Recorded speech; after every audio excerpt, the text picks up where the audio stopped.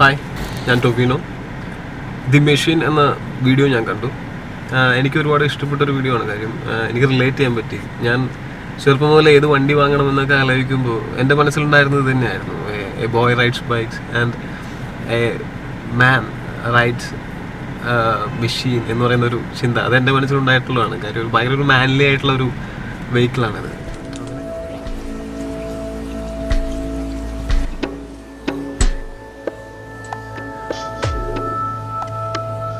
അങ്ങനെ ഞാൻ ആദ്യമായിട്ട്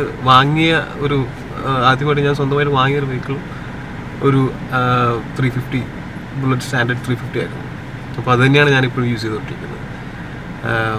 ബുള്ളറ്റിനെ സ്നേഹിക്കുന്ന, റോയൽ എൻഫീൽഡിനെ സ്നേഹിക്കുന്ന എല്ലാവർക്കും ഇഷ്ടപ്പെടുന്നൊരു വീഡിയോ ആയിരിക്കും ഇത്.